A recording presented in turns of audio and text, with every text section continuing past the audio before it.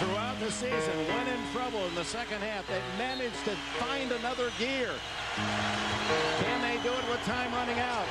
There's Ingram to bat the ball away. Williams could tie it with a three. He goes! Tied at 80, 38 seconds to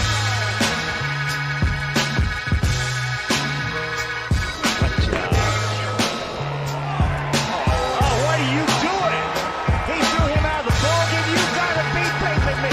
What in the hell are you doing? What are you doing? What you're... No, really, stick around the game. You listen to an old veteran like me. I'll show you how to talk on the air, boy. You know, the TV. No, really, TV, cameras and going on and shit like that. Huh? I'm telling you, man. I'll show you how to make a living with this stuff. I'll show you how to have the people eating right out of here.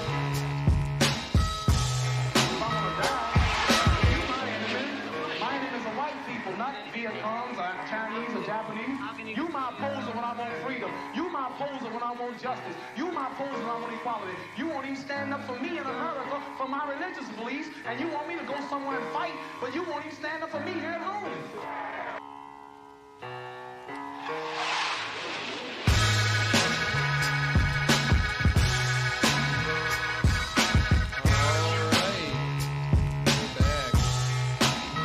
Hello, everyone. Yo. I always think that fades out. I need to fix that. It doesn't fade out, but... Cold stop. Oh, yeah. Oh, shit, I forgot my Kratom. What are you going to do? I'm drinking apple cider and mezcal. Not as good as the orange juice.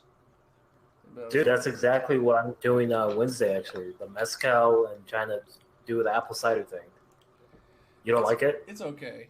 It's not as good. It's not as good as I was I thought it was going to be. I was gonna like heat mine with some spices and stuff. How do you like that idea? Like a hot toddy type thing. Well, yeah. I mean, but like, I feel like hot toddy. What's a hot toddy? It doesn't have like spices, does it? I thought it was just like straight like liquor. It can have spices.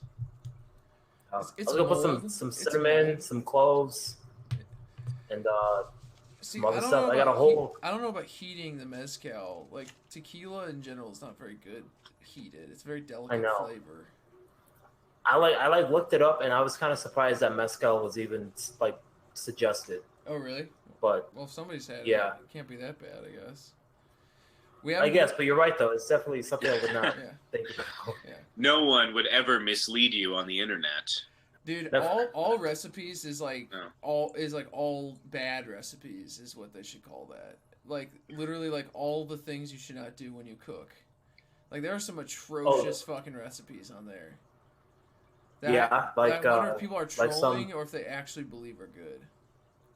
Maybe they're just tailoring it towards white people. You guys don't really have good palates. I've had some bad food at a black person's house. I just want to point that out. Yeah, of course we do. Just saving grace. Yeah, they made it intentionally for you. They gave it just to you. That is possible. I do have to say, there have been multiple events, Adam, where I think I told you this. Like I went there and I had to I ate beforehand because I was like, it's gonna be a bunch of white people, can't cook. But I forgot that you're a chef and you have a lot of chef friends, and you guys actually you can throw down a little bit. Yeah, I'd try. Maurice, did I ever tell you that when Adam came and visited me in D.C., there's this amazing soul food restaurant, Ooze and Oz. Shout out Ooze and Oz on U Street. And Adam went, and it was amazing. It was great as usual. But I was like, how'd you like it? And he went, his review was, it was great. They gave me one less wing than I ordered. I think they're punishing me because I'm white. It was Zolf. No, it wasn't me that did it. It was Zolf's. It was Zolf. He was kind of like a little bit like needy. Like he kept going up to the counter and like, oh, could I ooh, wah, wah, wah, wah, wah, wah. And that's why. Terrible move. That place is awesome, but you have to wait 30 to 45 minutes every time you go. Did you wait that long? Not you had a long long. wait, right? It wasn't too long, no.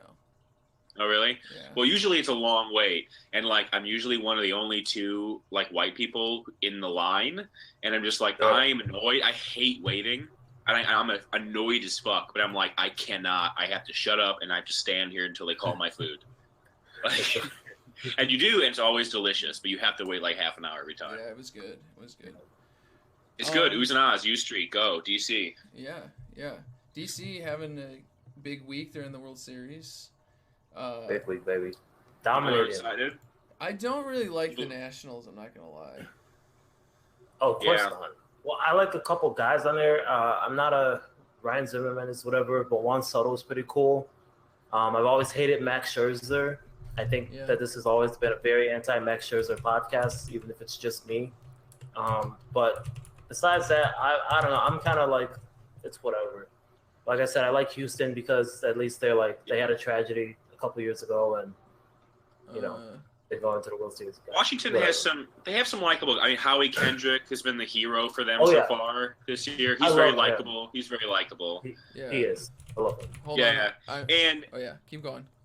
I don't know anything about him, and like, there's a 50% chance he might be a kind of a bubba, but Strasburg, everything he's gone through as far as injury and like how many times have people thought he was washed up like early in his career. That's nice for him to happen to him. Here, wait.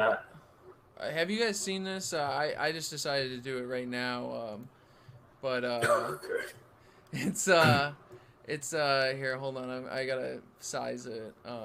Center. Okay. You guys seen this thing?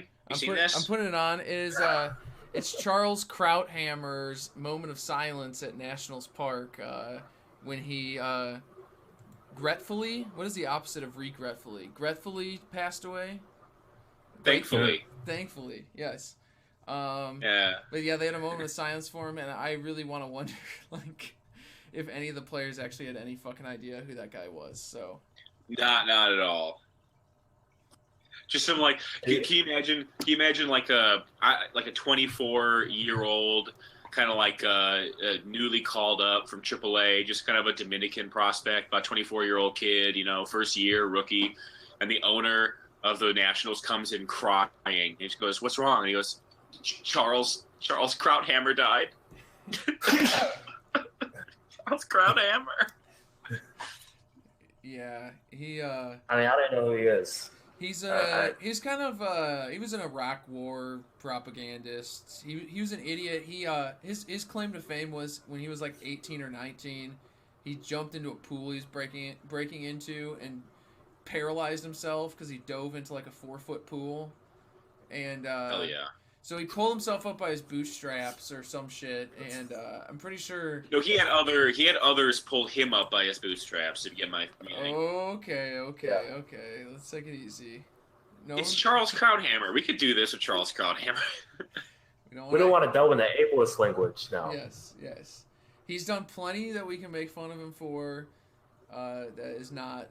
I mean, jumping into the pool and breaking your neck, and then spending a lifetime, like.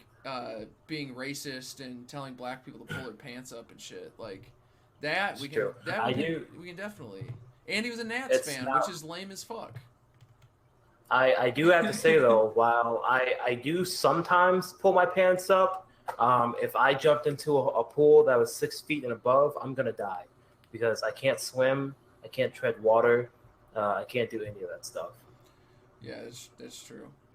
I'm gonna refrain. You're gonna say what you want to say. I mean, we all knew that you can't swim. Everybody watching knows you can't swim. You are trash, man. You are absolute garbage. I'm not sure if everyone knew that. No, I know we mentioned that at least once to show everyone, but I'm not. That's not what Anyways, Adam's just no. We got Adam's just saying that because I'm black that everyone at home assumes I can't swim. But Nate. But Nate has deconstructed enough of his anti-black bias that he forgot that was a stereotype. No, I'm pro-black because I know that you can't swim because black people were kicked out of pools until 20 years ago. So. I know that the social manufacturing that went into this. And, Let's see, Maurice, I'm just 24, so. And just What? to be honest, Maurice, just so you know, I was only being silent because I was thinking of more problematic Charles Krauthammer jokes. I was just thinking of things in my head. I can't say them out loud, I guess, but they're funny in my head, and I'm thinking. But Yeah. we should. Do you want to? We should get Patreon money for that. We'll pay for lessons for you to swim. Swimming is it's fun. It's really fun. It is. We can have a little time. Actually, I don't really we're like to off swim. I actually love being in the water, but when we're off the air, there are much deeper psychological issues that disallow for me to receive. You should really get into those. That's what I think we should dedicate Yeah. the whole So episode. anyway, to that. speaking of shitty people in baseball, before we talk about that shitty person, I have like two other shitty dudes I just want to make a shout out to. We talked about the Nationals making it to the World Series. In the ninth inning of the Houston Astros versus New York Yankees game, I think it was like, Saturday? It or was Sunday? Saturday. Was It was Saturday. Yeah. So yeah, Saturday, two shitty abusers blew the game for their team in the ninth inning of the exact same game. First, it was Roberto Osuna came in for the Astros, blew the game for them. And then Chapman blew the entire series for the Yankees in the bottom of the ninth. I think that was probably like the best thing that could have happened. It was beautiful. You do love to see it. Hey, wait, I just want to say in the chat, Jimmy Watterson says, at my local pool as a kid, apparently my family had to send in a pic of us to join, showing that we weren't of color, pretty much. So, wow, there you go. You know, see? That's good stuff. We know. Yeah. Yeah, so there you go, Adam. also, You're not actually, this, Adam. The lifeguard of that pool right now, Joe Biden. Actually, right now, like literally right now, he is. They just keep him in the chair.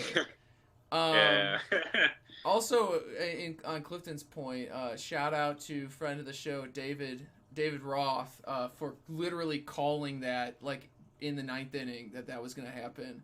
He said, "You know, what would be great is if Ozuna blows the lead, but then Chapman blows it again."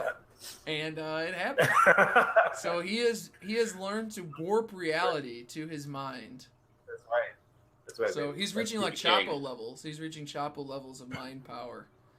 Yeah. He's a beautiful boy. So so you wanted to. We got another shitty person. Yeah, you wanted to get into this other shitty person. You heard about the shitty person? Who's the shitty person? Who's the shitty person we got? You hear about this? You hear about this, folks? You hear about this? We got Nazi enthusiast and probably Nazi himself. Like, what do you think the probability that Curt Schilling has like attended like some sort of like open Nazi like where it's like above a reenactment, but maybe not a full Klan meeting? Well, the thing is, I wouldn't be surprised if he attended it and justified it himself as like just like being open to learning. Just like a fact find. Like I'm not going. Yeah. I'm not going. Yeah. You know what I'm saying? I think that I personally think he's too cowardly to do it, to just straight up go all like in Charles Krauthammer language, dive all the way into the pool. But I think that he probably I told you I thought of him. But I think that he probably attends like vigilante, like 3%er kind of like survivalist groups, and has a lot of those friends who are basically Nazis. I'm pretty sure he's been on a Minuteman thing, like the people at the border. Let me I think that Minuteman stuff is his shit. That's what he loves to do, and like I don't think he has the guts to straight up be like, I'm going to a Nazi meeting. Like all those Minutemen are Nazis. He's like given like straight like 40% Nazi interviews like on national television. That's pretty. Oh yeah, that's pretty courageous. He's definitely but I'm just saying I don't think he's bold enough to just go attend like a Klan meeting. I think he went to like go to a some meeting like he the went to like Nazi meeting. a World War II enthusiasts meeting or something. And he definitely I'm almost positive that he actually does this, but we'll keep it for satire reasons in case Curt Schilling finds out about this. I'm pretty sure he collects Nazi memorabilia, like, as well. So, like, I mean, Shout out if to, not openly, like, he certainly does. Like, there's no doubt in my mind that he actually does. But anyways, why we're talking about him is because he did. You mentioned that he didn't get the invite for the 2004 thing, but he was at opening day or the home opener for the Red Sox this year, which had I didn't know that. a lot of So, and he has thrown out a pitch, I want to say, at the Pawtucket game. But yeah, he showed up to games wearing a Trump 2020 shirt.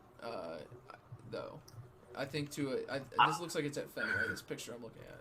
Chill. I thought it was funny that they didn't invite Kurt Schilling, but they invited Pedro Martinez only because obviously Pedro is light years better as a pitcher. But Pedro, like, I feel like the most iconic Pedro Red Sox moment is him throwing down this old white dude. And I feel like the Red Sox did not penalize him for that at all. Well, that's like an iconic moment in Red Sox history. Yeah, I guess he was part of the Yankees at the time, though. It was Mike Zimmer. Yeah, Don Zimmerman. Don Zimmer. It's Don Zimmer. Don Zimmer. You both got it wrong. Yeah, almost. Close. Don Zimmerman actually shot Trayvon Martin. That's Don Zimmer was there though. Don Zimmer may have done it as well. That's true. Nice save. Nice save. No. Anywho, yeah. So the point is that he wants the Phillies job. He wants to become the manager of the Phillies or the pitching coach of the Red Sox. He's publicly stated it. He wants it, and will he get it? Is the question. Well, so I mean, how much of the Red Sox, like, because I feel like they've been ostensibly trying to distance themselves from racism over the last couple of years, ever since that racist fan thing happened, like last year or a couple of years ago. It was with Adam Jones.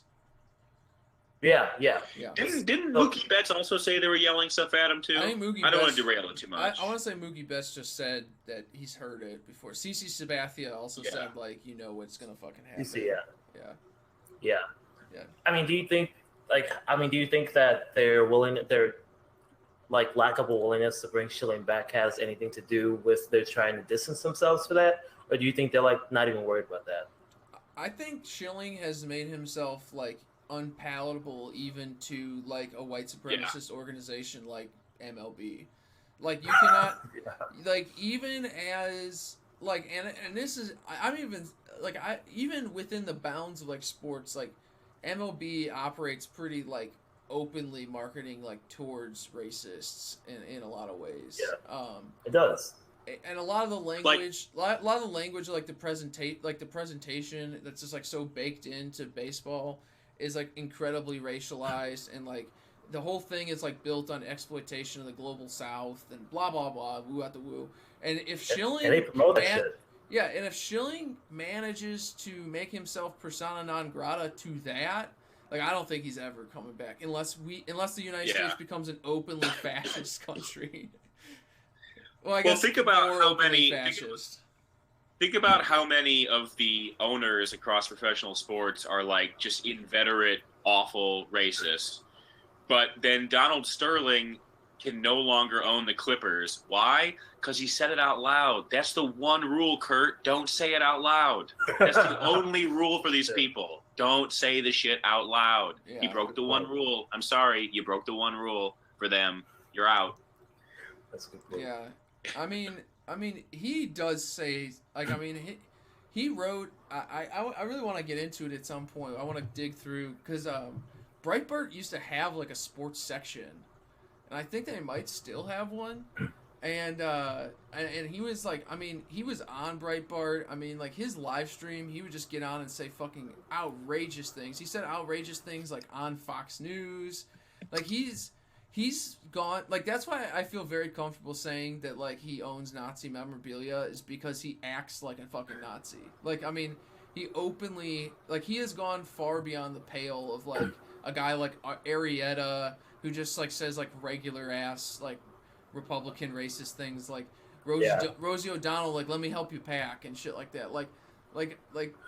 Kurt Schilling has said some like incredibly grotesque things and shared some incredibly grotesque memes. So what you're saying is that in the future of Southpaws, we need to have a segment of who loves white people more, Kurt Schilling or Charles Barkley. I don't know if Kurt's off Twitter now. Kurt quit Twitter. I think that's because he's angling for the job. Like that kind of like was a prelude to him coming out and saying this. Is he deleted his Twitter like a few days before? So I haven't been able to follow him. He blocked me a long time ago for like calling out his stupid fucking video game that almost bankrupted the fucking state of Rhode Island. But oh Jesus! I don't know about almost bankrupted, but it cost them. It's so funny if you just a little offshoot. If people don't know this, because I don't think people know like the detail of the video game, like that you may have heard of it. He made this kind of like Deus Volt. Is that how you say it? Deus Volt? Deus Volt? Whatever. I'll fuck it up more if I try to say it. Yeah. I didn't fucking take Latin because I'm not a Nazi. And so good God. So he made this Crusades game, and he spent like fucking like he spent something like a year and a half like paying these two guys who are like fantasy writers to just write like incredibly intricate lore for the game before they really even like could get like a product. Like he spent like millions of dollars just writing lore for a video game. And like the whole thing is just like funny because it is kind of like it is interesting. Like it's an interesting look like into the video game industry, I guess, like when you read about it, because it's kind of like, oh, like this guy really wanted to get this game made, and from all what I've heard, the game is like decent. Like it's actually like a fairly like kind of novel game, and but he just like sunk money into it just because he has like no idea how to run a fucking business. Like just like plowed like money into like this like complete vanity project, and all at the dime of Rhode Island. So I know if you hit up a friend of the show, Screamer Jim, he wait what on Twitter, he actually wrote his master's dissertation on the whole thing. So so may I prod him to release more of the details. Can you buy this game? It's still is this it's game on out? Steam. It's still on Steam, I believe. Yeah. Wild. Yeah. Wild. Yeah.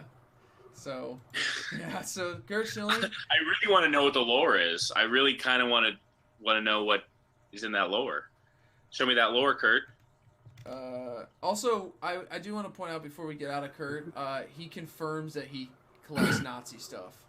So, he calls it a World War II collection. Shout out to Murder Brian and Shocktober.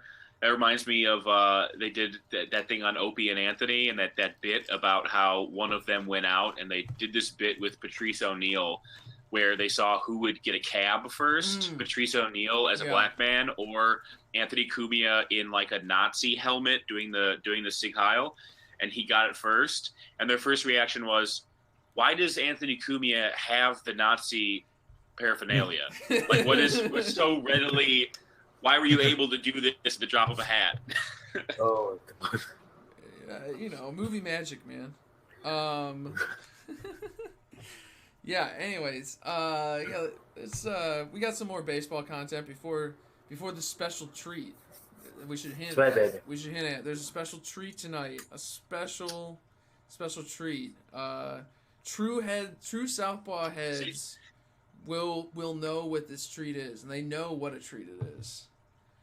Only the true heads. Say treat again. Say treat more. I'm a treat boy. I'm a special treat boy. Trick or treat. This is the Southpaw's Halloween episode. This is as close as we're getting to Halloween. I actually love Halloween, but whatever, it's fine. Yeah, Halloween's pretty cool. But so Maurice, god damn it. Why don't you lead us, because this was your finds. Nothing. So. All right. So, well, MLB. People have been clamoring for MLB to raise salaries up for minor leaguers for a while now. and they have finally responded to this. And in a way, sort of what we believe is going to happen. It looks like they're making moves to making moves that lead to them raising the salaries of minor leaguers. However, the catch is that they're going to be slashing 25% of all minor league teams within the next, in the next PBA agreement, which I think takes effect next year or the year after. I don't know. I don't know that. I'm looking at it. I think it takes next year. Let me see. Well, whatever it does, that's the point. Is that when it takes effect, that's the deal that MLB is trying to put in place, is to slash 25%, and ostensibly, the reason would be to save money, which a lot of which would be allocated towards other minor leaguers in order to pay them more money. I'm sure it would. That's what happens every single time that they that they find some way to save money or get a giant stadium deal or gain some sort of ballpark village around the stadium, or slash payrolls. They say that's because it's better money to spend when you're young. But honestly, or lowering I feel the tickets, that always happens to us, or the food. I feel for MLB though. I come on their side, because it's kind of tough business wise for them, because profits slowed down last year. I mean, it's still a record profit, still $10.75 billion profit, but it slowed down. It didn't grow as fast as 2017, and so that's tough. And so tough shit. That's tough. And, they've always said they wanted to get to $11 billion profit a year. And I fully support them. I mean, we have to dream big. You have to dream big dreams. Yeah, that's right. Yeah, and so, I mean, why should we settle for, for, $350 million per team when we could have so much more? Nate, I gotta say, this is your problematic coming out episode. That's been the name of this episode. Yeah, okay, I'll take that. I'll take it. I'll play heel. If you want me to play heel on this show, I'll play heel. I'll do it. We gotta have someone. We gotta get a first. We gotta Skip. I'm sensitive to the needs of minor league baseball players. Yes, but.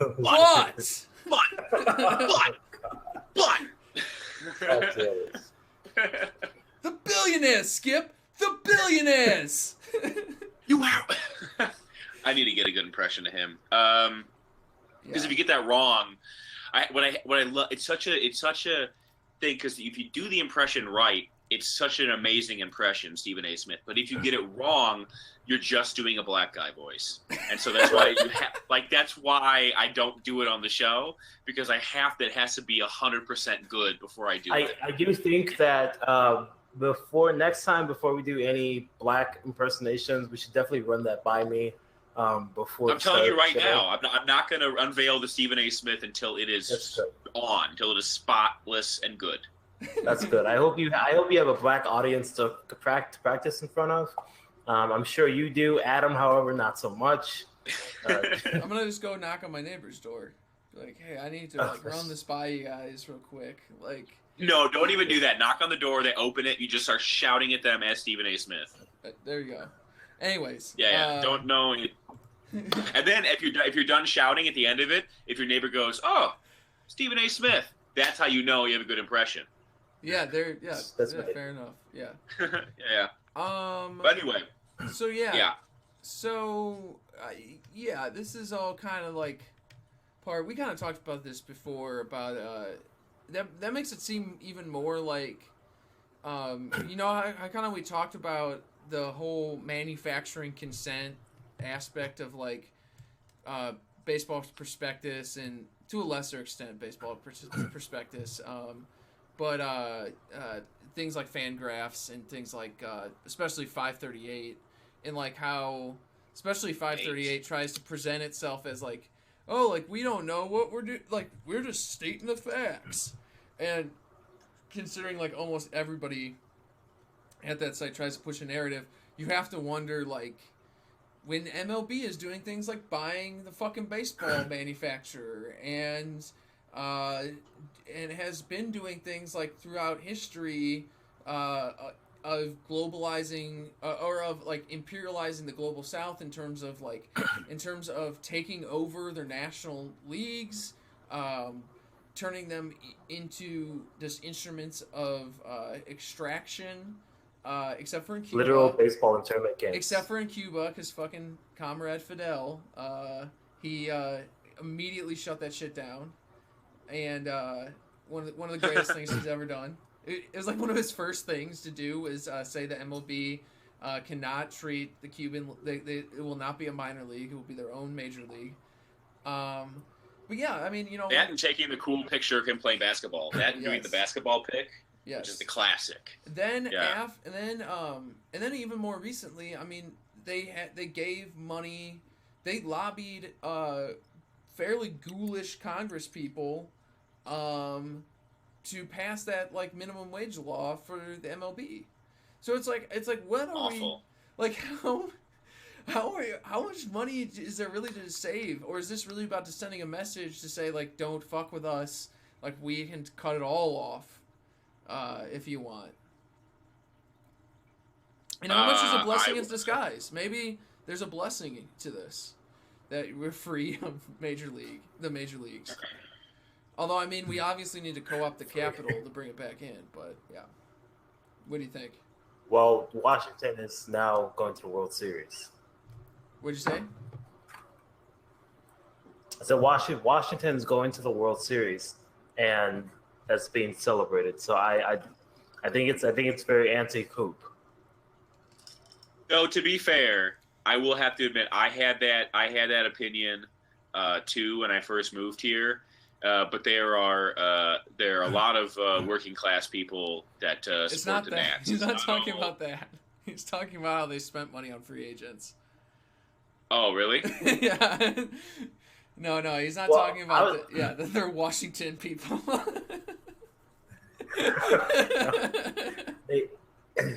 I feel like that was a very fine. I feel like that was a fine response. I'm not gonna bag on you. Like I said, this is your problematic coming out episode. That was your fake redemption arc, and now we're just gonna continue on with the problematic stuff. Problematic Nate. You can never go too far. You always have to give the audience an idea that you might turn back to face. That's right. That's what I'm saying. Exactly. Yeah. That's brilliant heel work. Thank you. Yeah. Oh. Uh-oh. Oh, we're still good. Uh-oh. Wait, no, we're not. No, I think we got ourselves a. Oh, we got the guest coming in. So let's let's go to the intermission, and we will be back. The treat has arrived. So nice. 5 minutes or so. Yeah. So okay. yeah, so we'll see you guys in a little bit.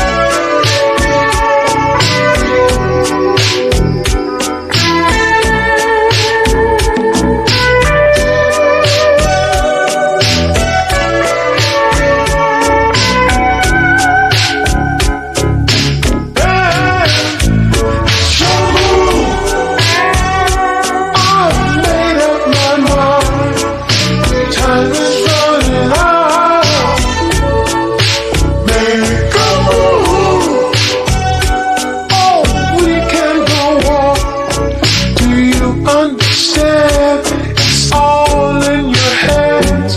It's your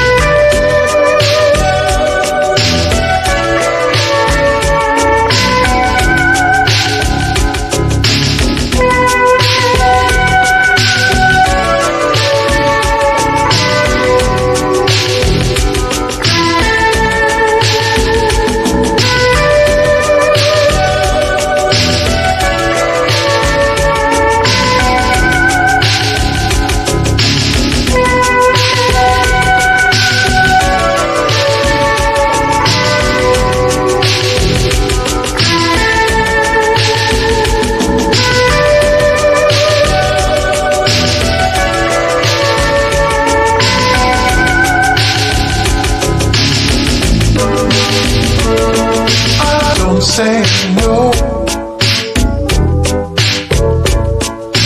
Don't say no. Don't say no. Don't say no. Don't say no. Don't say no. Don't say no. Don't say no. Saying no, we shouldn't. You keep holding out, but you don't let go.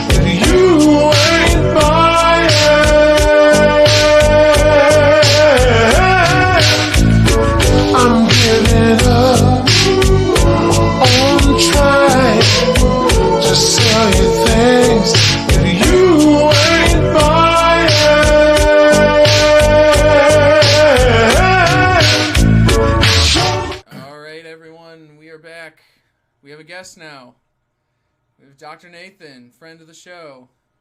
Now in video. You weren't in video last time. I know, it's an exciting moment, momentous. Yeah.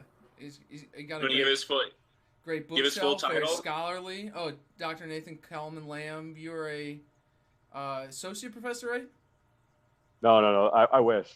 I'm a lecturing fellow. Damn, My you're not even an lecturing associate. fellow. I'm not on a tenure track. Oh, okay. He's a future associate professor. Here you go. Before we go into your research and stuff, did you read Trevor Hegelbon is his name on Twitter? Did you read his piece on going to grad school? No. I feel like I should now. He got his PhD and he I don't want to say like sour grapes because he has very legitimate. Like reading the article, I'm like, I don't think I want to go to grad school anymore. But yeah, it was. I wondered if you had seen it. Yeah, if you had seen it yet. He's coming on the show, and I'm very excited to ask him about why he wanted to ruin my dreams of going to grad school. Well, let me just I'll meditate on that for a moment if you want. I'm happy to talk about grad school sure. for a second. Here's the thing: the academic job market is a nightmare at this point. And partly that's because they're not replacing tenure lines, right? And they're not even replacing them with the kind of job that I have, which is that, frankly, in the new world, new academic world, a pretty good situation in that I have a renewable job. The conditions of my employment are pretty solid. They don't pay me as much as they should, and it's not as secure as I'd like it to be. But I'm unionized, and it's it's a decent situation. It's a kind of life that like many people who go into the academic world, I think, could compromise on.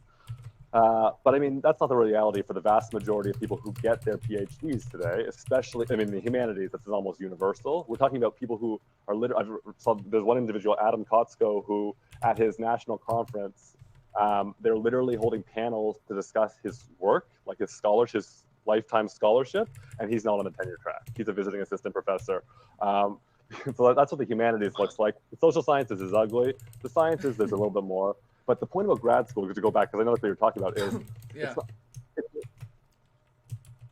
the entire thing now is premised on a lie, basically, which is that you're going to ultimately get the kind of professional training you need to get a job in the academy. And in fact, what's happening is they're using your labor as a grad student, because the thing is, you're not just studying, right? You're a TA, you're sometimes a lecturer at times, right? And that's the cheapest possible labor the university can get, because usually it's included in your funding package that they were giving you anyway. And then once you graduate from that, you can become an adjunct professor, which is to say you get paid on a course-by-course basis. And at a school like Elon, I mean, this is secondhand information, but Elon, which would hold itself up as a peer institution to Duke, for instance, $2,500 per course. Okay, that's what they pay an adjunct professor at Elon. So if a 3-3 load is considered by a faculty member to be a very arduous teaching load, it's like pretty standard in the US, but it's a lot of work, right? That person's making $15,000 a year at Elon. Yeah, just on that math. 2,500 per semester. Per class, so that's like what, 4 months of work? You get 24. Yeah, so you get $2,500 for 4 months. Fall, 3 spring. Yeah. For each class that you teach. Yeah. Yeah. And I'm sure when you do that, it's like the people at the lower rungs also, like, you need to produce academic work to move yourself up. You need to like show that your papers and stuff. But if you're teaching 3 classes in the spring, 3 in the fall, when are you doing that? When are you when are you writing papers? Right. Yep. Especially when you're my dad. Bad. It's bad, folks. It's bad. Especially when you're my dad. My dad was actually an adjunct professor too, and he left, and some people were asking him to come back, and he's like, like kind of the last thing I want to do right now. Like, he's managing like a deli. He's like, last thing I want to do is make less money, get probably worse health insurance, and grade or none, and grade 60 papers every 2 weeks. He's like, and I'm like, but Dad, that's what you always wanted to do. He's like, yeah, well, I'm about to be 60. Like, I'm not dealing with that shit. Like, and so but no. What do you teach, by the way? What do you teach? Well, right now my course is the labor of sports. Previously, I was teaching social inequality in sports. Like, basically brought me in at Duke to teach sport-related courses and like equity courses. Absolutely, I technically teach first-year writing courses, but the Duke model is that we all teach within our own disciplinary specialty and area of expertise, and it's a good model. If you've got an $8 billion endowment, like, this is a good way to use that. Now I've seen Duke for like the first time in my life. It is literally the most expensive looking school I've ever seen in my life. Like, it is fucking ridiculous. There's literally a cathedral on campus that is like on par with like Notre Dame or Notre Dame, excuse me. Like, I mean, it is incredibly beautiful campus and just looks like it has an $8 billion endowment. This wasn't supposed to be a recruiting pitch for Duke, though. Like, I just, you can have great facilities. You can have socialist professors talking about sports. Yeah. I actually am going to finish that pitch for Duke, because I always say bad things about Duke. But the truth is, my recent experiences in terms of the stuff that really matters, recently, what I've heard from athletes is that the recruiting pitch actually that Duke offers is that they will take care of students' academics. I don't mean like in terms of impropriety. I mean, like, they will actually provide the academic support students need legitimately. They don't cluster as much as in other programs where they force you to go in to take particular majors and so forth. They prioritize the academics more than at most institutions. And most importantly, from what I'm hearing, they are not, at least on some teams, like in some of the revenue sports, they're not forcing them to play through injuries in an egregious way. And the players told me that they were recruited according to that logic. Like, they were told that in the recruiting process, and they've had the same experience when they've been on campus. And I actually, like, I'm going to critique institutions like Duke all day, but I have to say, when I hear that, I actually want to give them props for it because that's what we should be seeing across the board. Mm-hmm. And so I want to highlight it. Like, if Duke's doing that and its competitors are not, which I'm sure that they're not, Mm-hmm. Duke deserves credit, and kids should be going to Duke. Yeah. So wait, one last Duke question. Did you have Zion? Are you allowed to tell us if you had Zion? I don't know if I'm allowed to talk about that, so I'm going to say no comment. Oh, yeah, hell yeah. You can read that however you want. Let's just say I wish he was. I'm sad to hear that he's going to be out for 10 weeks. So, very cool. So I will say this. I will say this for Zion's a lovely kid. Zion is a lovely individual, and I wish him only good things in the world. Yeah. Yes. I'm very excited to see him play. I'm hoping he doesn't turn into a Greg Oden career. His knees are already kind of getting a little creaky. So I'm not wishing that on him. I want to see him. I want to be entertained.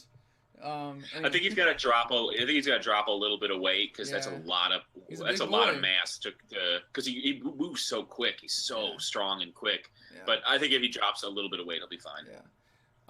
Yeah. So the reason why I wanted to have Dr. Nathan on again, we enjoyed the first episode so much, but I saw this article about Donald Brashar, a former NHL enforcer, which is kind of Dr. Nathan's research, is kind of studying the effects of enforcers. Like a lot of the guys in your books identified as enforcers, or at least like low-level guys that were kind of on the margins and saw being an enforcer as a way into the league. And so Donald Brashar has kind of popped up on Twitter for me as like an NHL fan, because these articles were coming out, and the one in the National Post is the one I'm looking at right now.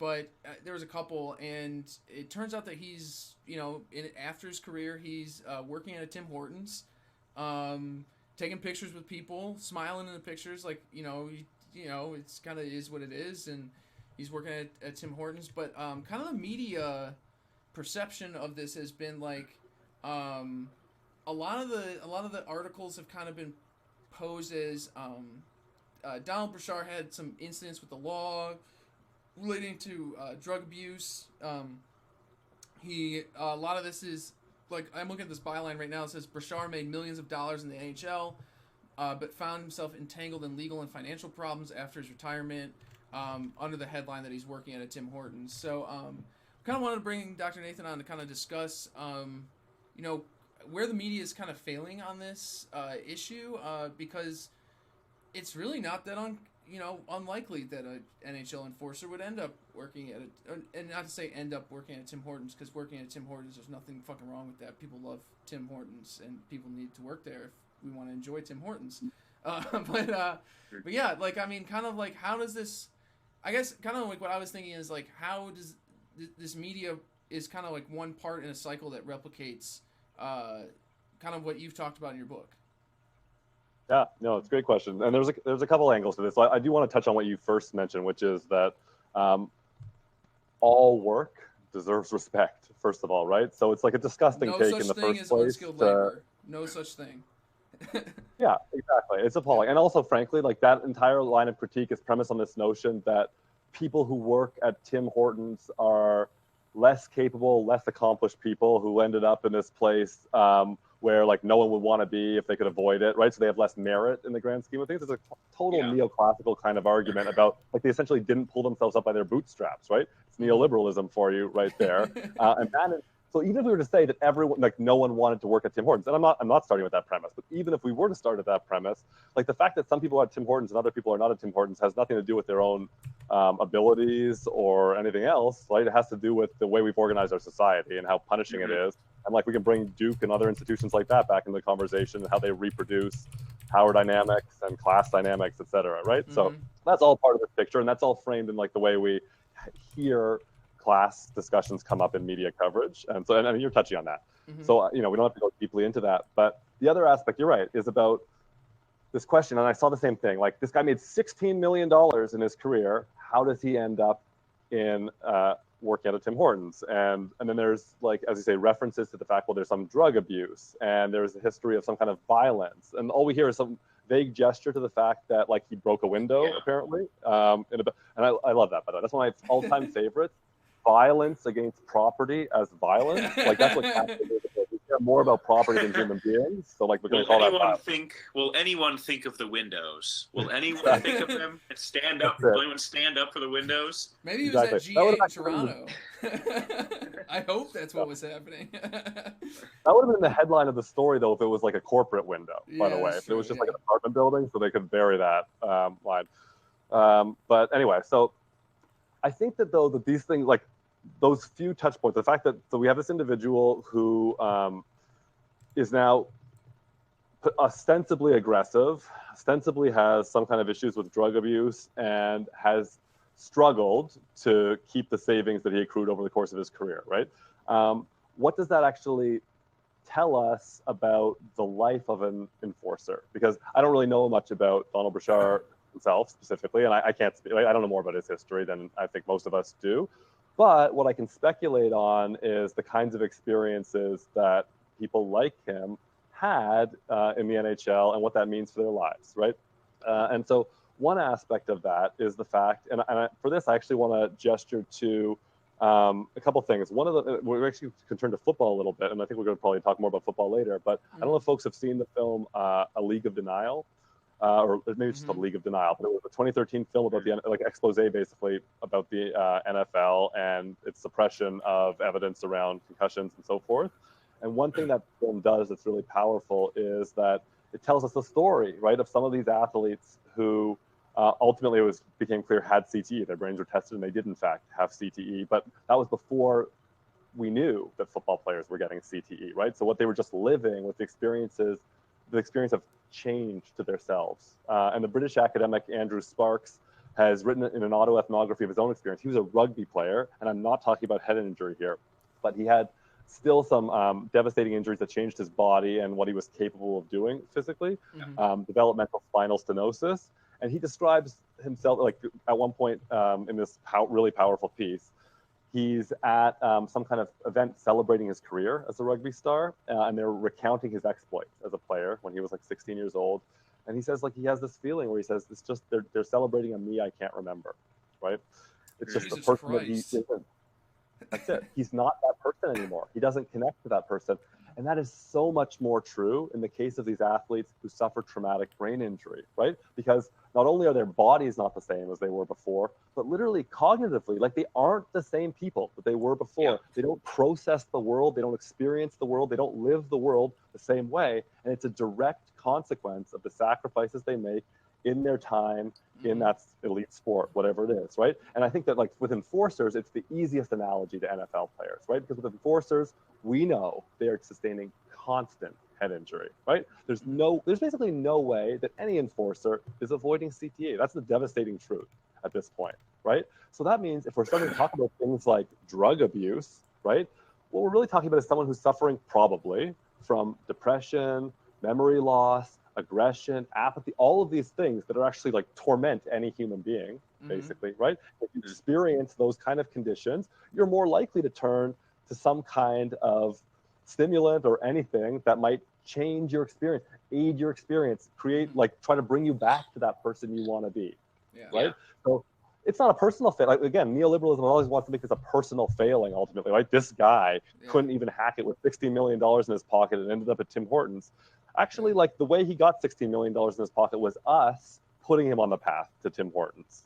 So that's one part of it. And then the other piece with aggression, and aggression, by the way, again, is associated with things like CTE. But also, let's think about the job of an enforcer or a football player or any of these violent sports.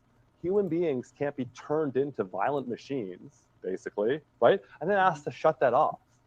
You can't do it. Like, the way you succeed at sports, in any sense, right, is that, and this is like, so I had, let me go back to when I was a kid, right? And we had this University of Maine basketball coach come to our basketball camp in Toronto when I was just a kid or whatever, some random basketball camp. And he would tell us, like, his big gem for us was, practice doesn't make perfect. Practice makes permanent. Perfect practice makes perfect, right? And, you know, it's just like this stupid cliche. But the reason I'm bringing it up is the whole point in sports is you practice so that you develop that kind of muscle memory, those instincts, Mm-hmm. so that you can do the game without thinking. That's the whole point of training for sports, right? So the football player is supposed to just be able to destroy the opponent instantly when the ball is snapped, because if they don't, they will be destroyed, and the team will lose as a consequence of that, etc. Right? Mm-hmm. So they're doing their jobs properly if they can't flip off the switch. The whole point is to develop themselves into someone who's just violent whenever there's a stimulus that requires violence or seems to require violence. That's the point of being a violent athlete. That's doing your job properly. That's what you're trained for. That's what fans want you to be, except when you get off the field and then, or the ice or whatever, and then we want you to be just like a regular person who doesn't have that kind of impulse to violence, right? It's not a reasonable expectation. I'm not saying it's justified or whatever else, but it's just, we always have to think about the structural context for this stuff, right? Like, we celebrate these sports. We love these sports. The cable television industry literally only still exists because of these sports. That's exactly true. Everyone's still making money off of this. Fans love it. This is what gets fans through their alienating lives, right? Living the same capitalist system. Mm-hmm. And yeah, this is the cost of those players, right? This is what we make them do, and this is what they pay for it. Mm-hmm. Yeah. One interesting dynamic that I don't maybe have the vocabulary to speak on is, I think that, what do you think about the fascination in the media and also the public eye with this story from the angle of, like you said earlier, under neoliberalism, it's always a failure of yourself to pull yourself up by your bootstraps. And especially in the context of sport, being like someone who did pull themselves up by their bootstraps and then fell back down. You know what I mean? I feel like that, especially in the context of sport, and also what you said with people being predisposed to viewing this guy as violent, so on and so forth. Can you speak a little bit on that? Is that making sense at all, about like the certain fascination we have with that story because it maybe hits a little too close to home, perhaps? Yeah, I think you're right. I mean, it speaks to, especially if we were to pair like another one of these buzzwords, but if you want to pair like neoliberalism with something like the gig economy, right? This idea that most people are living what I would call precarious lives. Like, we're going back to the grad school question, et cetera. Like, that's the language now of talking about the university, mostly in terms of labor. It's the precarious. Now I'm struggling to say the word, but like, we've got this precarious environment, and we have, like, that means if you're an adjunct professor, you're precarious because you might not get the next contract, right? You're hired on a course-by-course basis. So it's like anywhere else in the gig economy. It's like driving Uber. You're going job to job, and you're hoping to make it. But no one's signing you long-term in that sense, right? There's no strings attached, and you're just grinding to make it. And so, that's what life is like at Tim Hortons, too. There's, like, very little job security in that context. Most people don't have job security. And so I think, yes, to see someone who, this is part of the problem, is that on the one hand, I'm doing this thing that no one wants me to do, which is I'm saying that this person that we consider to be excessively privileged, which is like an elite professional athlete who's made $16 million. Like, yeah, in my ideal society, no one makes $16 million. That's not a model that makes sense in an equitable world. That's true. So why am I then treating this person who has this excess amount of privilege as a victim? That seems problematic. And fans never want to hear that, because fans have this experience where they think they would dream of nothing more than to be Donald Trump. Leftists don't want to hear us talk about why you should feel bad about these people. Like, you know what I mean? Like that's been like a difficulty, like, with the show, period. It's just like, oh yeah, you should feel bad for these people. They're being exploited, and people are just like, the fuck do you mean? Like, but yeah. You're exactly right. No, that's the reaction, and that's why I always try to locate this within capitalism as a whole, right? Because what we're ultimately talking about are people with different locations in a larger system, a larger structural context. And for me, like, this was what I was trying to do in my book, et cetera, is to connect the fan and the athlete in that sense, and say, like, the truth is, like, both are exploited figures in a capitalist system, but there's this weird relationship between the two where, in a weird way, the one that we think is privileged is actually having something extracted from them to rejuvenate the fan in this way. So, like, is the fan a more privileged figure than the athlete? I'm not saying that. I think it's like reductive to think in those kind of terms, but I think it's helpful to think of the linkage between the two and say that when someone like Bashar has a fight, right, and sacrifices his body, it does something for the fan. And that's more useful for the system as a whole than it is for that individual fan. That just gets the fan through the day, basically, right? And the fact that the fan needs to just be gotten through the day, that's a problem, right? I'm not recommending that way of life to anyone. Yeah, it's terrible for the fan then to see this thing and like think of like, what is this asshole doing to blow his fortune, right? Like, how could he possibly do it? It's unforgivable because it was barely forgivable that he got the fortune in the first place. So there's no sympathy for that individual. But then again, because of the reporting, that's what you were talking about, the media angle, we completely lose sight of what we are asking folks to do. And I think that this is part of that bigger question that I always want to be talking about now, which is there any justification ever for subjecting people to basically the guaranteed violence and harm that results in something like CTE? Like, is it ever acceptable to sacrifice a human being's brain for anything? Like, is there any compensation that actually compensates for that appropriately? I don't think so. I don't think you could ever come up with an argument, no matter how much you make, right? Like, if at 30 years old, your life is on a trajectory like this in terms of like your actual experience of the world, the only reason why we fetishize that person's experience and say that they have everything is because in this capitalist world, like we say that money is everything, right? And that like all that we want to aspire to is wealth, and that wealth, because it's so scarce for most people. Like, it makes sense on one hand that that's happening, but it's a complete distortion of human life. No one at 30 years old should be unrecognizable to their spouse and their children. But if you watch League of a Denial, that's what every single one of these wives, for instance, is saying with their NFL player husband. Lovely person, played all these years of football, wasn't a lovely person anymore, and then they died young from some horrible cause that was like very much on a natural cause in the traditional life course, right? I mean, and so we shouldn't be subjecting anyone to that. And it's like, this is what John Shoup says in Student Athlete. If anyone's seen the film, I recommend that HBO film Student Athlete, which is a totally different thing. I think it's really interesting because for me, I say it's like a beyond compensation look at exploitation in NCAA sport, because it's asking some of these hard questions. It's LeBron James produced HBO. It's a good film. But what he says, he's a former UNC and Purdue University offensive coordinator, coached the NFL for years, and he ended up becoming an athlete advocate and speaking out about the harm that his play, like the exploitation that his players were experiencing. And he basically got blacklisted, and he hasn't coached again as a consequence of that. But anyway, the point is, his wife says, like, the money you're getting paid is blood money, right? And in a certain sense, that's what this all of professional, especially these really violent pro sports, it's all blood money. It's just a wash in blood money. And a lot of people are getting a huge piece, and the athletes are the least of that, right? Like, the athletes should be getting the whole piece, because the athletes are doing all the labor that we care about. They're the reason why we want to watch in the first place, and they're suffering the harm, and they're getting at best half, right? In something like the NBA, where the best revenue sharing agreement, they're getting half. And we just did a story on the WNBA a week or two ago, and broke down their finances, and they're making 25%. Exactly. At best. By the way, that number may have gone down from 25% based on Dave. I want to say too that the position of this podcast is that every worker deserves all of the money, all of the profits. That's it. Profits are stolen wages. Yeah. Every Tim Hortons worker. But especially, every Tim Hortons worker. Yeah, especially when it's things like, I mean, because that's something that you kind of were like hinting at too, is that there's so much uncompensated labor just in producing the athletes that they do eventually pay. Like, I mean, we just talked about the minor leagues where a minor league athlete just posted his pay stub for the end of the year, and he made like something like after taxes like $8,000 or something like that for a whole season of play.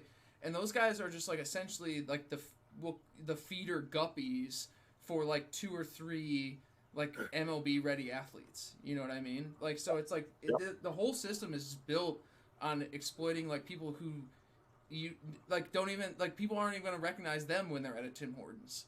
You know what I mean? Like, nobody's going to be like, oh yeah, let me give you my picture with you. That's exactly right. You know, also too, we have a story about Myles Garrett, who got NFL dude who got punched in the face by a fan, and Maurice, can I say one thing? Can I say one quick thing before we leave it? I'm not this is purely just promotional. So many of the things that Dr. Nathan talked about are in his book, Game Misconduct, Injury, Fandom, and the Business of I have it Sport. right here. I had it out. We are selling books on the show. That's all. I had no other point other than to get you books right sold. Thank you very much. I got it on the let's talk about screen. Miles Garrett. There you go. There's the book. I was actually referencing it the other day because I'm trying to write a piece for something, so I was using it. We're a bit more high tech. Yeah. I'm getting you a citation. I can use a citation. Always. Hopefully, if I ever. Maurice, I don't want to. Yeah. Yeah, so Miles Garrett, you got punched in the face, and we talk about like the dehumanization process of athletes, and it obviously is like extremely multi-layered. There's a bunch of different things that we can talk about. I know one of the things that we've talked about previously on Southpaws has been how like the literal like skin color and race of athletes combined or intersected with their like literal body size aids in like us as fans allowing ourselves to dehumanize them. In the past, I think we've talked about that in terms of Serena Williams and us masculinizing her character and defeminizing her and ultimately dehumanizing her as well. But like when I think about like the process that allows us to not care about like certain athletes and the effects that athletics had on their bodies, and I just have to like think about the fact that I guess they should be receiving all of the monetary value that that is accumulated. They're not, but they're also just like so much more visible, and so much more visible than say the owners or than the management is. And I have to think that that's part of the reason why fans are much more likely to come down harsh on athletes for like making as much money as they do, as opposed to owners who a lot of times are making more money, but even if they're not, like they're not doing shit anyway. So, but like I guess like the question would be like how much like in your research or even just like your own personal thought, how much is like the literal like the body of an athlete, like whether it be their size or their aesthetic, how much does that relate to like how we perceive them, maybe even how they're treated in terms of injury, but really like how like we perceive them as fans, how coaches perceive them, all that stuff.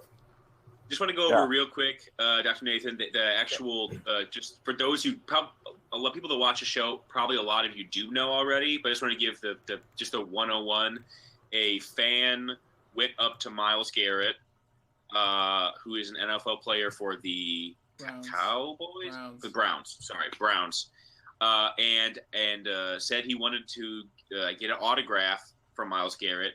And as Myles was like, yeah, sure, whatever, the guy punched him in the face. Didn't hurt Myles Garrett because he's a very massive man. And he later made fun of the guy who punched him and was like, you should have put your feet into it. So he basically trolled him. But the guy punched him, and they're still trying to figure out why. So that's just, if you don't know, that's what happened. And that's like part of my point too is like I wonder if Myles Garrett, Myles Garrett is black, right? I'm pretty sure I looked him up, and yes, he is.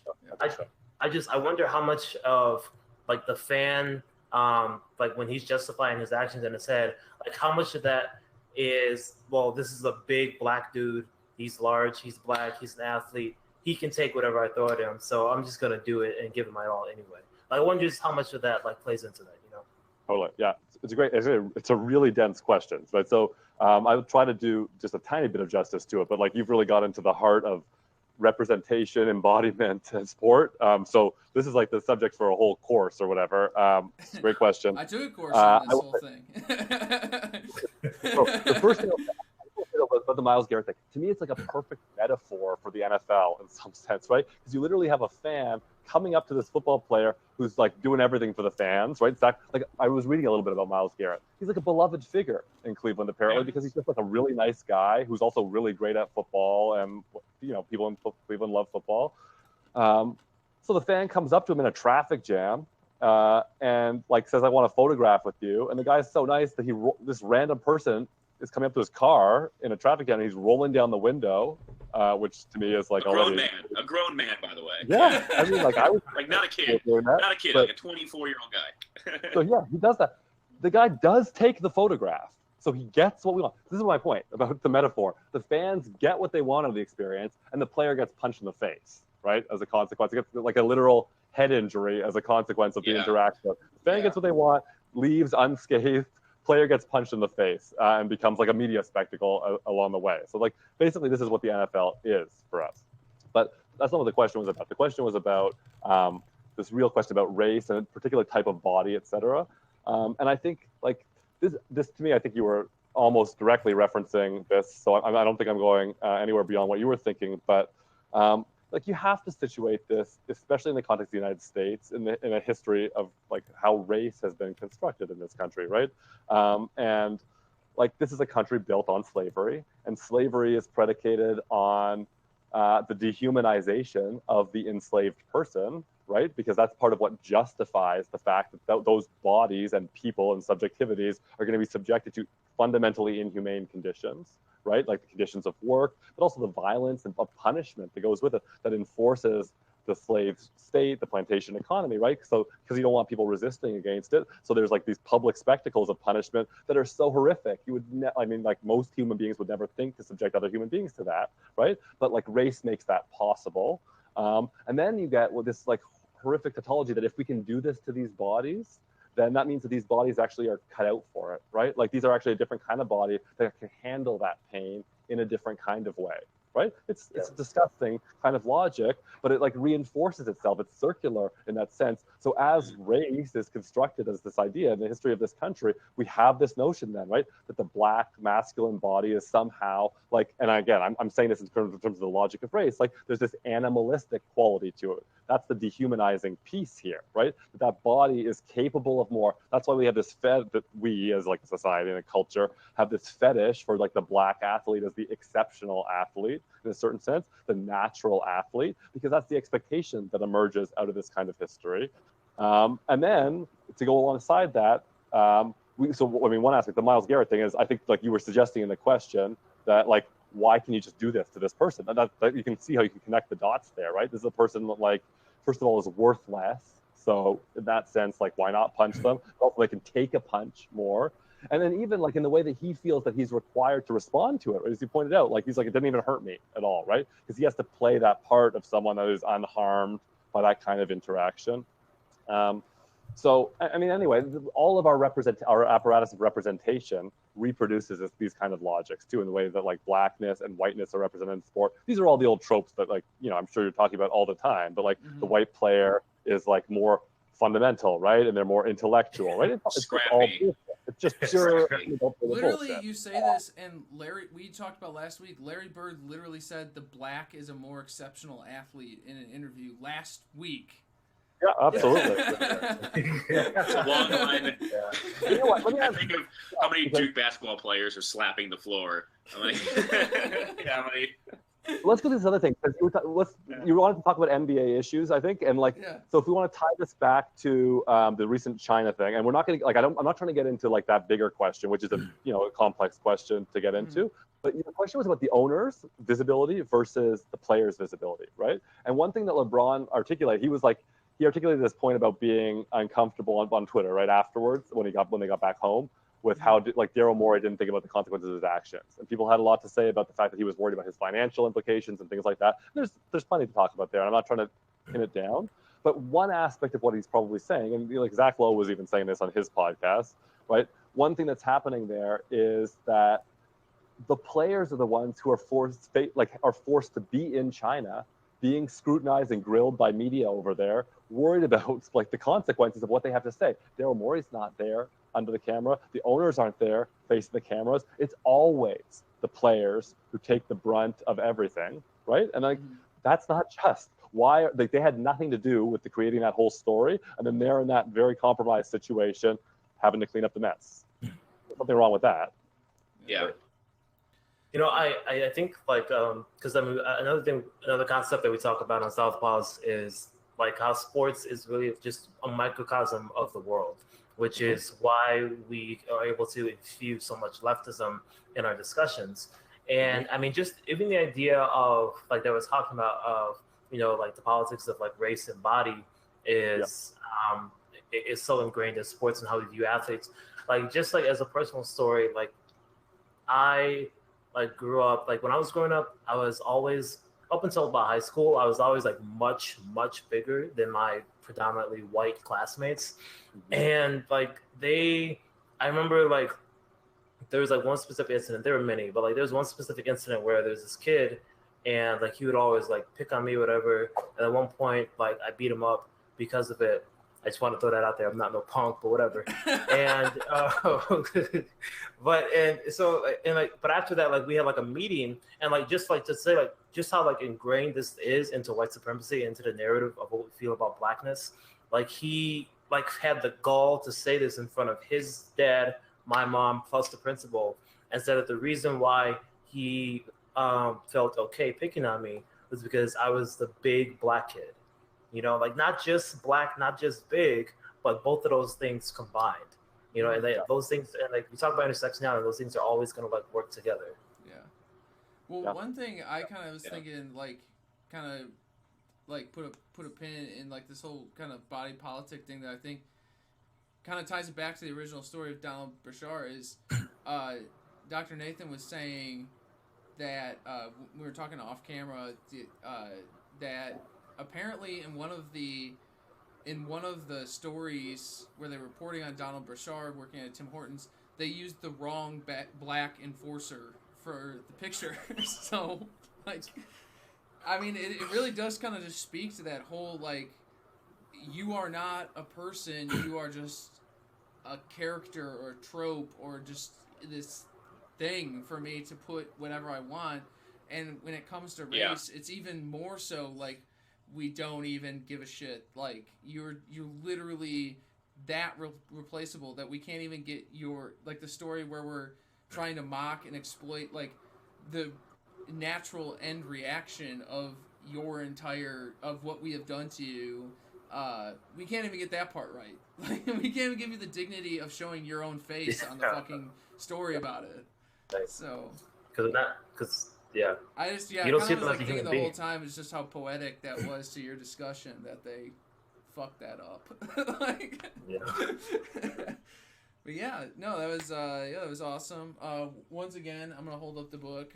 Once again, check out Dr. Nathan's book, Game Misconduct, Injury Fandom in the Business of Sport. It's very good. I enjoyed it quite a bit.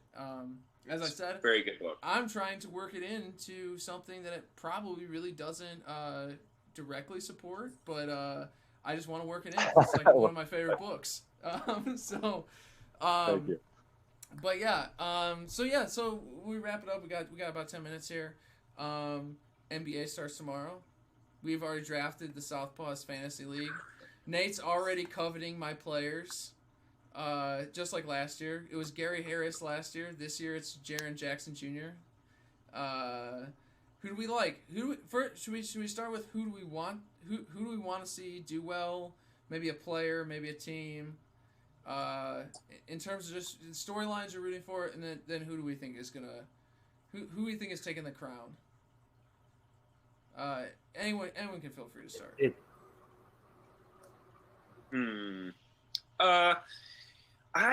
Let's see. I'd like the Jazz to make a run, mostly because it combines two of my favorite players in the NBA. I think Rudy Gobert. Speaking about like viewing athletes as a fully rounded human being, I thought it was really touching. Dr. Nathan, I don't know if you saw during the All-Star break where Rudy Gobert was snubbed for an All-Star. He did not get on the All-Star team, and when he found out about it, he started getting really emotional and kind of crying, saying that he thought he had earned it this year. He thought he really deserved it. He tried really hard, was playing really well, and a few other players kind of roasted him online and was like, "What are you doing crying about this? Like, this is like a punk thing to do." But many more players came and defended him and was like, Rudy is awesome. I mean, he is who he is. Like, this is just how he's expressing himself. And and we should all try to be so passionate about what we try to do and do it well.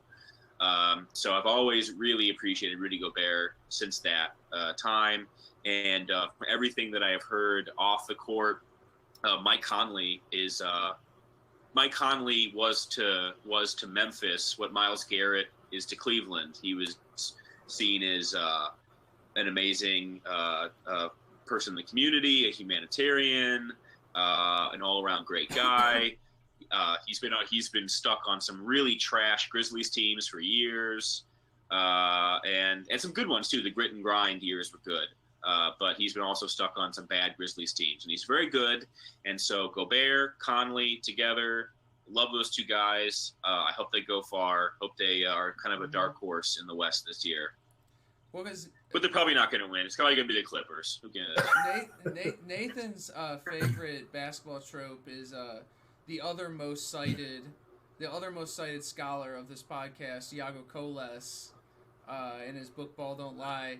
Nate is a huge fan of the myth of the European basketball player, as Iago calls it. He enjoys the fluidity and passion in the game. This is problematic. He's a huge problematic Boris outcome Dio. Huge Boris Ever Dio since I told Adam the 2014 Spurs are my favorite all-time team, he won't let it go. That's actually like one of the more exciting versions of the Spurs, to be honest. So I will give you that. Oh, for sure. And the reason for that and the reason you'll rag on me is because Greg Popovich coached or played international ball when he was young, and he was like an assistant coach. He did a bunch of like international coaching and playing, and so he would go to. Was he really? No, Army. He was like Army. He was playing with the Army, Air Force team, right? And so he was in like Serbia, and he basically said that year he had the personnel for it, and he's like, I just ripped off basically the Serbian national team's, Yugoslavian national team's playbook, and we put in we had Tim Duncan running it, and it was amazing. So that's the origin of the myth, I guess. That's what I would say. Anyone else? What do we got? Maurice isn't ready to be. This is really his first year, getting into the NBA. He's trying. He's playing fantasy. He's playing fantasy this year. I am playing fantasy. You did schedule the draft for when I had to work, which is fine. Whatever. I'm not salty about it at all. It's no big deal. Not at all. It's at least it's a step up from last year when you didn't even invite me to the fantasy league, even though I really wanted to be a part of it. Whatever. I'm not salty about these things at all. Nate did schedule the draft at 2:00, which I have never done a fantasy draft at 2:00 on a Sunday. Listen, at 2:00 on a Sunday, I will always be working. Always be working. Yeah. I think he did that on purpose to slight me, but it's fine. Like I said, it's not a big deal. I'm too stupid to do that. You know that I couldn't plan that. I don't have that level of scheming Nate also in here. rigged the draft, so he got the first pick. Nate is the commissioner of the league and rigged the draft to get the first pick. So, So who are you looking for, Maurice? Who are you looking for? Who are you excited about on the team? Who do you think is gonna make a splash?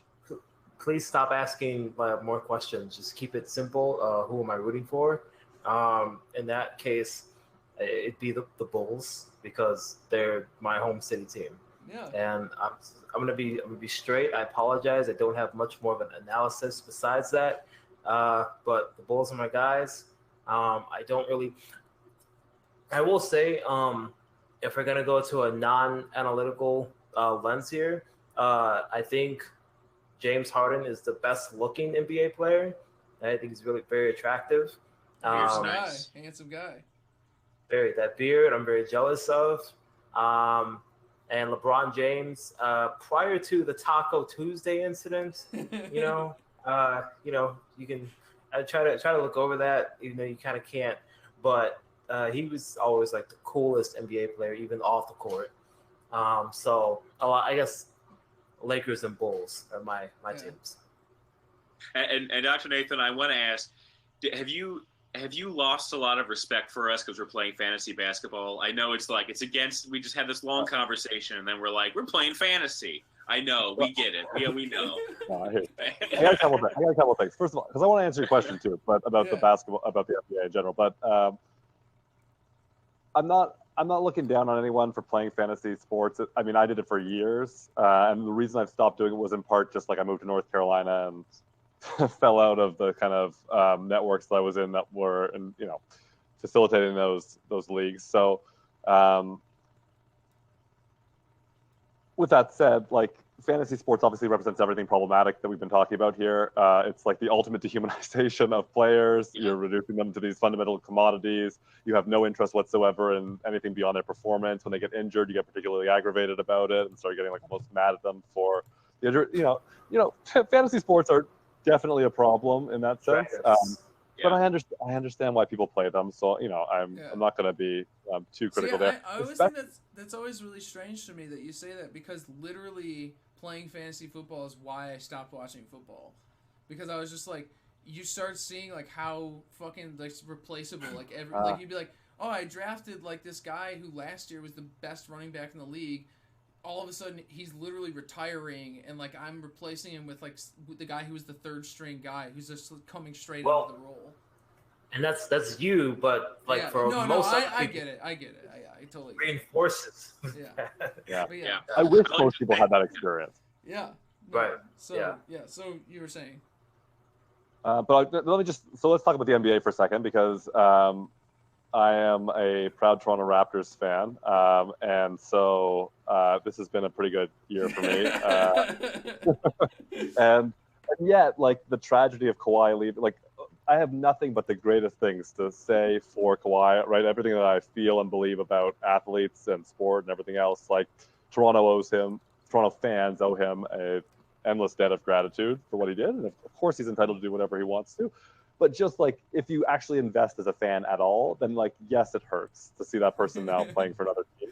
I can't hold anything against him, but it's painful to see that he's on the Clippers now, and like the Clippers are getting excited. And as a Toronto Raptors fan, I can tell you the Clippers should be really fucking excited, because that guy is an unbelievable basketball player.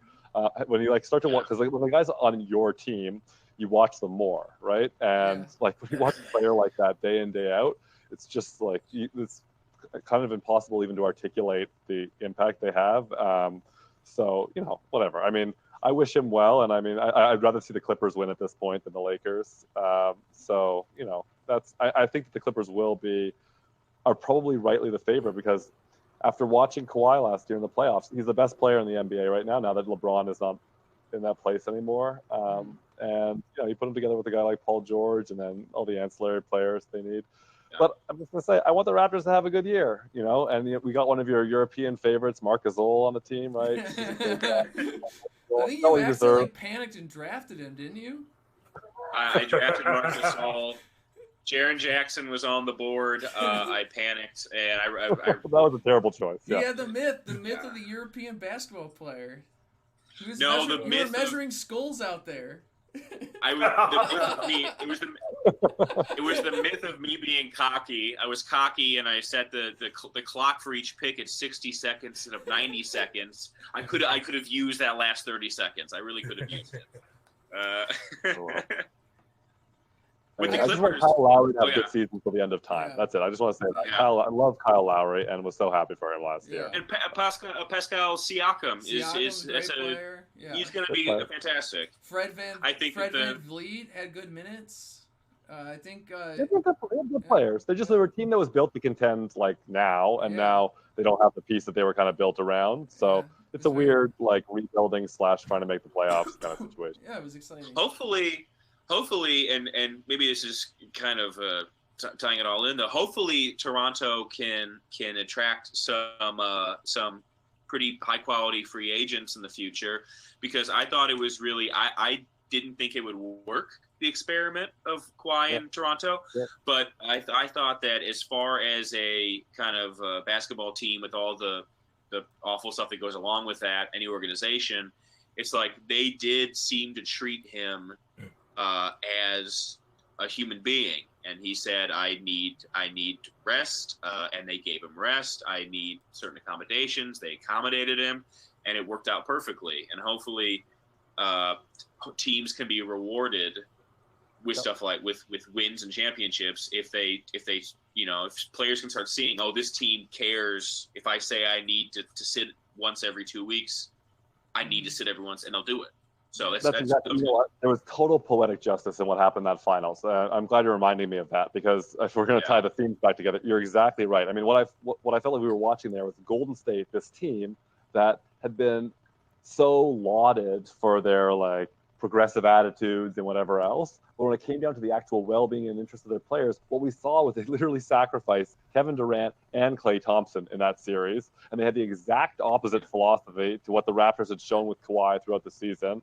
Like the fact that they put Klay back on the court in that situation, that game, and they trotted him back out there to shoot that free throw or whatever, because he had to if he was going to keep playing in the game, it was just disgusting. And that's not a situation where it's like, the player is always going to say, they're conditioned to say that they want to get back on the court. It's not about what the player is saying. They're doing everything right to say it. But like, if you actually care about their interests and well-being, you're looking out for them there. That guy was in a contract year, right? I mean, like, he could have literally destroyed the rest of his NBA career by playing through an injury like that.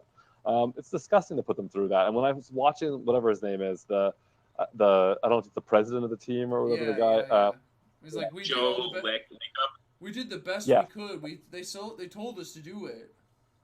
He was crying. He was crying crocodile tears in the press conference. Whatever the person I'm talking about. It was just, I thought that was disgusting. Yeah. So you're exactly right. Like, the Raptors listened to Kawhi Leonard and his team. They let him rest as much as he needed to, and you saw the difference. Like you see these guys in the regular season. He's like, whatever. He's a great player, but it doesn't make a difference. And they become superhuman in a certain sense. Like when they are healthy, these best basketball players in the world, like when they are pushing themselves to the absolute limit, they can do unthinkable things. But like, they can only do unthinkable things when their bodies are not destroyed and ravaged by the cost of an NBA season, because the league is so selfish that they're forcing them to play like all these exhibition games and 2 games, like, you know what I mean, the back-to-back games and all that garbage, right? Like, if they could give up just 1 or 2, like a few of these broadcasts, the whole league would be healthier, everyone would benefit, but like, they just cannot see the forest for the trees. Yeah. And there's so much to say there about and fans too, because we applaud, and we like the player who gives 100%, gives it all every game, and it's like, maybe you shouldn't do that. I mean, I'm a Chicago Bulls fan. We destroyed Luol Deng. Luol Deng is a great player, and he's a great guy, and he was destroyed because of this. He gave it all every single game, every game. And let me in on my prediction. Yeah. Let me in on my prediction, Nathan. Anywho, so next topic. You're hogging my prediction. First, I want to say that the Raptors, awesome team last year. Loved it. It was awesome. Clippers, very excited. I love Lou Williams. He's awesome. They had a great team. Beverly. They had a fun team last year. Montrezl. They had a good team last year. I think my hot take, I'm unleashing on the show. The Kings will be better than the Lakers this year. That's my hot take. That is a hot take. I think that's a very hot take. The Kings will finish with a better record than the Lakers this year. Write it down.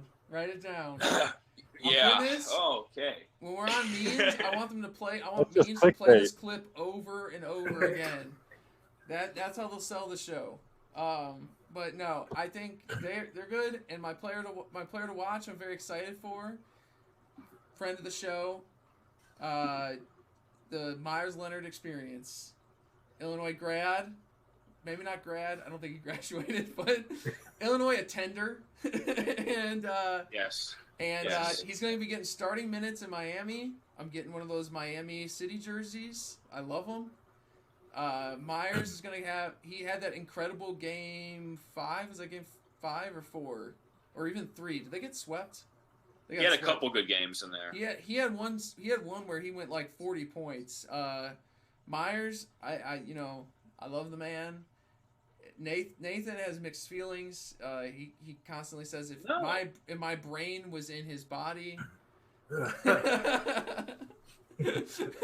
think there needs to be context there, Dr. Nathan. I think that I've been following.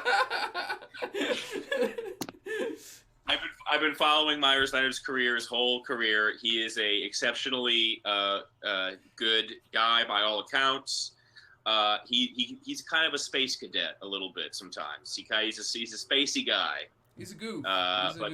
He's a goof. He's a goof. He's a spacey guy, bit of a goof, gets lost on defense a lot. But I wish him all the best. I hope he succeeds mightily. I'm hoping for like a Brook Lopez kind of transition for him, where he kind of learned to shoot the outside shot and he can come in and give you a good 15 minutes and be the Myers Leonard experience.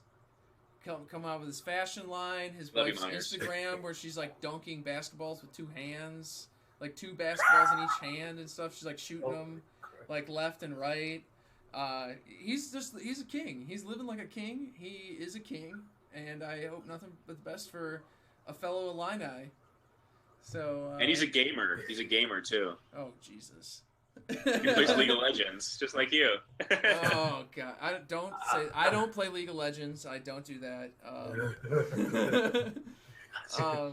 Anyways, yeah. Thanks for coming on, Dr. Nathan. Always a pleasure to have you. Pleasure. Yeah. Thanks for hopping on in the middle. Once again, I'm holding up the book. We got the book, Game Misconduct. You also do a bit of writing for like Jacobin and. That's true. Yeah, so you follow him on Twitter. His handle's under there. Follow him. Check him out. It's always good. You know where to follow us. Crappy Oats, Good Doctor 14, Nathan _Luft. You guys switched for some reason. So anyways, once again, it's Maurice is Nathan and Nathan is Maurice. Anyways, yeah, so yeah, until next time, follow Southpaws _pod, like, fave the show, blah, blah, blah, etc. We'll see you guys next Monday. Bye-bye. Oh, wait, that's not the... There it is. There it is. AI.